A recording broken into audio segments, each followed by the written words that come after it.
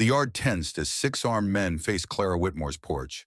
Dust rising, eyes hard, but she didn't shrink. With one arm cradling the frail baby, she stepped forward, barefoot, unshaken. Wind pulled at her shawl. Silence met defiance. The rifles trembled in their hands as she stepped onto the porch. Barefoot, unblinking, a baby in her arms. Clara didn't argue. She didn't shout. She simply sat down, unwrapped her shawl, and brought the starving child to her breast. The men gasped, a moment of silence louder than gunfire, and then she whispered, "This child is not your enemy, but maybe you are." What happened next changed everything. Stay with us. Lone Mesa, West Texas, autumn 1879. The wind clawed against the shutters like a desperate thing, hissing through every crack in the timber walls. Clara Whitmore crouched by the hearth, coaxing a reluctant flame to life.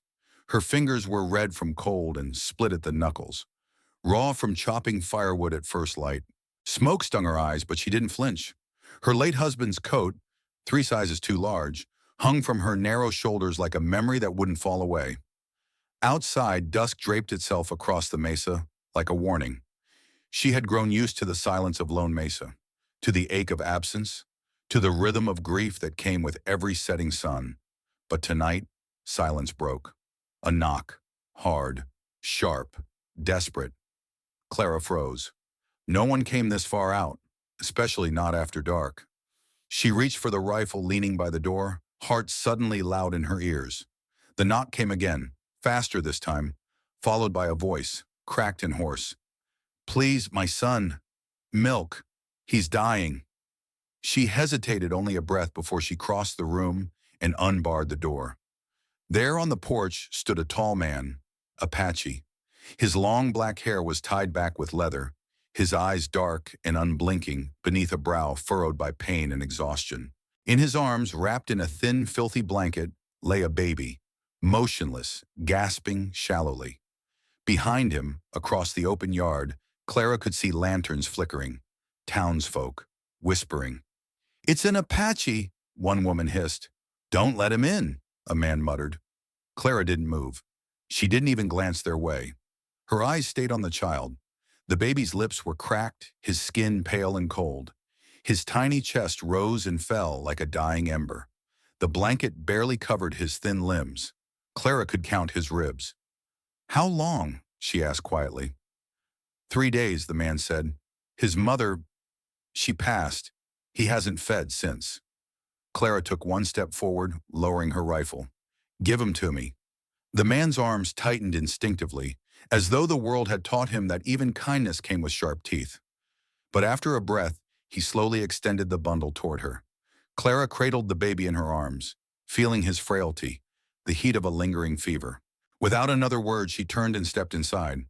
She didn't look back at the watching townspeople. She didn't invite the man in, but she left the door open. By the hearth, Clara sat and held the baby against her chest. With gentle fingers, she unfastened her blouse and guided the infant's mouth to her breast. For a moment, nothing. Then he latched. The first tug was weak, but it was enough. Clara exhaled, tears blurring the firelight. She rocked slowly, her cheek resting lightly against the child's head. Behind her, the Apache man remained in the doorway, kneeling. His shoulders were slumped, a dark stain of blood near his collarbone. Dirt and exhaustion clung to him like a second skin. "You saved him," he whispered hoarsely. "You saved us." Clara didn't respond, not out of rudeness, but because no words could bear the weight of that moment.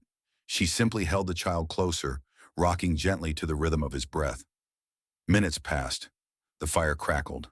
The man stood and reached beneath his coat. From around his neck, he untied a strip of worn leather, and from it dangled a single red feather. He stepped forward and extended it. "This is from the red-tailed hawk," he said. "In my people's tradition, it means protection for those who give life." Clara looked at it for a long moment, then met his gaze. "I didn't do it for thanks," she said. "I know," he replied, "but it belongs to you now." She reached out and took the feather. It was lighter than she expected, fragile but deliberate, like the moment itself.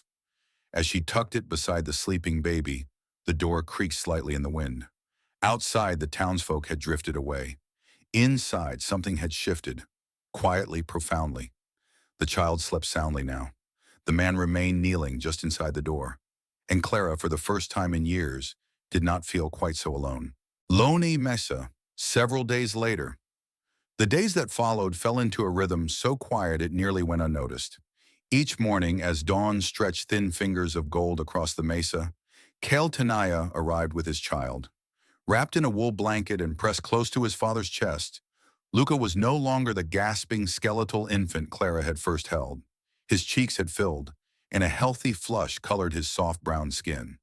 Kyle never knocked. He simply waited outside the cabin, standing in silence beneath the old cottonwood tree. When Clara opened the door, she would find him there, still, reverent, holding Luca with the kind of care only those who've known great loss can manage. She never invited him in. Not yet. Instead, she took Luca into her arms, brought him inside, and fed him by the fire. The child would whimper softly at first, then settle into her warmth, his small hand pressing gently against her chest as he nursed. The moment always made her breath catch, not just for what it was, but for what it reminded her of. It had been 2 years since she'd last held her own child. One morning, as the fire popped and Luca suckled quietly, Cale finally spoke through the half-open door. "You named him?" Clara looked down at the boy in her arms and nodded. "Luca," she said. "It means bringer of light." Kyle's expression didn't change, but something shifted in his voice when he replied, "He was born in the dark. That name, it fits." That day, Clara lingered in the doorway after returning Luca. She didn't know why, but the silence between them had begun to feel less like a wall and more like a bridge. A few days later, she came in from tending the garden to find something sitting beside Luca's makeshift cradle. It was small, carved from dark cedar, no bigger than her palm. A horse. Its form was simple but graceful, mid-gallop, mane flowing as though caught in the wind. On its underside, carved carefully and almost hidden, were the words, "So he will remember his courage." Clara's hand trembled as she held it. When Kyle arrived that afternoon, she didn't wait at the door. She opened it wide and stepped aside. "You can come in," she said softly. He hesitated, but only for a moment, then crossed the threshold for the first time. That night, the fire glowed bright and steady. Clara had prepared a stew of pinto beans and venison, seasoned with wild sage. She set fresh cornbread beside the pot, slathered with honey she had traded from a passing trapper. Kyle sat on the floor near the hearth, Luca cradled against his chest. Clara handed him a cloth-wrapped bundle with 2 slices of cornbread before he left.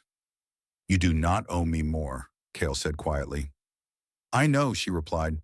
"I give because he's hungry, and so are you." He accepted it, but his eyes lingered for a moment on the wooden horse beside Luca's cradle. Clara saw that look and smiled. Later that night, long after Luca had fallen asleep and Cal had gone, Clara stood at the window with a cup of weak tea, staring into the darkness. She didn't expect to see anything, but there he was, standing beneath the moonlight near the cottonwood tree, watching, not in secrecy, not in fear, but in quiet guardianship. He didn't move, neither did she, and somehow that was enough. The next morning, Cale didn't wait by the tree. When Clara stepped outside, she found him already approaching, Luca bundled in his arms. The boy reached for her with eager hands. Clara gathered him close and brought him inside. When she turned around again, there was a small bead on the edge of the cradle, a turquoise stone threaded through rawhide. Another gift. She said nothing, but when Cale arrived to pick Luca up, she met his eyes and nodded once. Later that night, they sat together by the fire. No words passed between them, yet the silence was thick with meaning. The flames danced in the hearth. Luca dozed in his cradle. Outside, the wind rustled the prairie grass like a lullaby. And then, Clara broke the silence. "You're not what they say," she said softly. Kyle stared into the fire for a long moment before answering. "I am what the land made me," he said, "but I have never harmed your people." Clara nodded. "I believe you." Their eyes met. No defense, no fear, only quiet recognition. They didn't speak again that night. They didn't need to, because some trust isn't built with words. It's built with firelight, with carved wood, with warm stew and soft bread, with a name whispered to a child who brings light into the world. And in that quiet, something between them rooted deep, stronger than stone, softer than breath. The mesa was too quiet that morning. Clara felt it in her bones before she saw a soul. Luca was bundled close against her chest, his tiny hand curled in sleep. The fire had gone cold. She hadn't had time to rekindle it. Something in the wind felt wrong, heavy, still, expectant. Then she heard the crunch of boots. Through the warped glass window, 6 figures emerged across the yard, armed, grim. Seth Wren led them, his gray coat stiff with dust, fists clenched at his sides. Behind him trailed Bryce Talcott, his rifle already slung forward, half raised. The others, men from town, shifted uneasily as they walked. Clara stepped onto the porch before they could call her name. She said nothing. Her feet were bare, the old wood cold beneath her soles. Luca stirred in her arms. "You're betraying your kind," Seth snapped, his voice sharp like a whip crack in dry air. "Taking in one of them, feeding it, letting it in your home like some wounded pup." Clara looked down at the infant in her arms, so warm, so alive now. Luca made a soft sucking sound, his tiny mouth searching. She sat down slowly on the porch step, calm, deliberate, and without a word she drew back her shawl and brought the baby to her breast.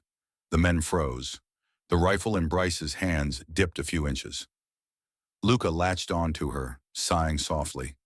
Clara lifted her chin, met their eyes, and spoke clearly, without trembling. "This child is not your enemy, but you're starting to sound like mine." A ripple of uncertainty moved through the men. Even Seth faltered, his mouth tightening as he shifted his stance. No one had expected her to meet them with peace, let alone something this deeply human. No one spoke. Then wordlessly, Seth turned. The others followed, their boots stirring dust as they retreated back toward town. But just before he disappeared down the slope, Seth looked back. "This isn't over," he spat. That night, Clara couldn't sleep. She paced the cabin like a caged thing. The fire burned low. Luca had long since drifted into dreams. But Clara's breath came shallow, her ears tuned to every shift of wind, every creak in the wood. Cale stood by the door, rifle in hand, unmoving, a sentry carved from silence and bone. Then, hooves, in the distance, coming fast. Cale moved before she could. He stepped outside into the moonlight, rifle raised. Clara gathered Luca into her arms and stood just behind him. 6 men again. Bryce Talcott was at the front now, drunk on rage and something meaner. His rifle wasn't slung anymore. It was raised. "Step aside," he growled. "We warned you. This ain't just about the baby anymore." Kyle said nothing. He stood firm, blocking the porch with his body. Bryce took a step forward, and Clara stepped past Cale. She walked down the porch and stopped at the edge of the steps. "No," she said, not with fear, but with certainty. "You don't get to decide who deserves love." Bryce's eyes narrowed. "You think this is love? You're blind." He lunged, not toward her, but toward the child. Cale moved like lightning. In one fluid motion, he grabbed Bryce's wrist and wrenched it down. The rifle dropped into the dirt. Gasps rose from the others. Hands hovered over weapons. Then, another voice. "Drop it. All of you." A figure emerged from the shadows on horseback. Marshal Evans, the silver star on his chest catching moonlight. Another deputy rode beside him, shotgun raised. "Put your weapons down," Evans ordered. "That child, his father, and the woman who's raised him are under federal protection. You so much as breathe wrong in their direction, and I will see every last one of you behind bars." Seth Wren's jaw clenched. "We're protecting this town." "You're protecting your own fear," Evans snapped. "That's not justice. That's cowardice." One by one, the men stepped back. Bryce, still nursing his twisted wrist, glared at Cale, who hadn't moved an inch. "This isn't over," Seth repeated, his voice low and venomous. Evans looked to Clara. "You all right, ma'am?" She nodded. "We're fine." When the posse finally rode off, boots kicking dust into the dark, Clara turned to Cale. He had lowered his rifle. His shoulders rose and fell with each breath, but his face was still. Clara looked up at him, her voice quiet now. "Are you hurt?" Cale looked at Luca in her arms. I was ready to die for him, he said. So, yes, I am his father. Her lips parted. She had no reply. Only the silence between them, thick with meaning, heavy with what had just been risked and what had just been claimed. They stood there, the three of them. A woman who'd lost everything, a warrior who'd had everything taken, and a child who refused to be claimed by death. Inside the cabin, the fire welcomed them home. The morning came quiet and cold, with a sky washed in gray and the smell of frost in the air. Clara had just stirred the embers in the hearth when she saw the shape moving in the distance. Slow, stumbling, wrong. She rushed out the door, Luca in her arms, his breath warm against her chest. The shape resolved into a man, Kyle, his shoulders hunched, one hand clutching his thigh. His steps dragged and crimson bloomed through the fabric of his trousers. By the time she reached him, he had fallen to his knees beside the fence. The mare behind him snorted nervously, reins trailing in the dust. It was a deer, he rasped. Cornered. Panicked. Kicked. Clara dropped to her knees. You shouldn't have been out there alone. I needed meat. For Luca. For you. She helped him up, slinging his arm over her shoulder with more strength than she remembered having. He didn't protest. He let her lead him into the cabin like a man who knew when to yield and when not to. Inside, she laid him down on the floor near the fire and unwrapped the blood-soaked bandage. The wound was angry and deep, swelling already, hot beneath her palm. You'll need willow bark, she said. Kyle nodded, his jaw clenched. And a stitch or two. I can do that too. He gave a small, dry smile. I didn't doubt it. Clara boiled water, crushed herbs, and cleaned the gash with careful hands. She stitched in silence, her fingers brushing his skin, her breath catching every time he flinched. When she was done, she sat beside him, both of them quiet for a long while. Cal broke the silence first. I thought about not coming back, he said. If I died out there, you wouldn't have to carry me. Clara turned toward him slowly. I never asked to carry you, she said, but I would have. Their eyes met, and something passed between them, something weightless but solid, like breath turning into stone. She reached for his hand and found it already half open, waiting. I'm not afraid to love you anymore, she whispered. Cal inhaled sharply, not because it hurt, but because it didn't. From beneath his coat, he pulled a small pouch wrapped in deer hide. He placed it in her hand. Clara untied the rawhide string. Inside lay a simple necklace, a white corn seed polished until it gleamed, strung between turquoise beads on a leather cord. In my tribe, he said, the white seed is rare. It means continuation. It means blessing that survives. He paused. You are not just feeding my child, Clara. You're planting something that will outlive both of us. She stared at the necklace. It was nothing like the fine jewelry her mother once wore. No silver, no stones. But it pulsed with something ancient, sacred, alive. And you would give this to me? She asked. Kyle didn't smile, but his voice softened. I already did. Clara slipped the cord over her head. The seed rested just above her heart, warm from his hand, light as breath. Then I will wear it proudly, she said. She leaned back against the wall. He shifted slightly to sit beside her. Between them, the fire crackled. Luca stirred in his cradle, still asleep, one small fist curled around the wooden horse Kyle had carved. They didn't speak. There was no need.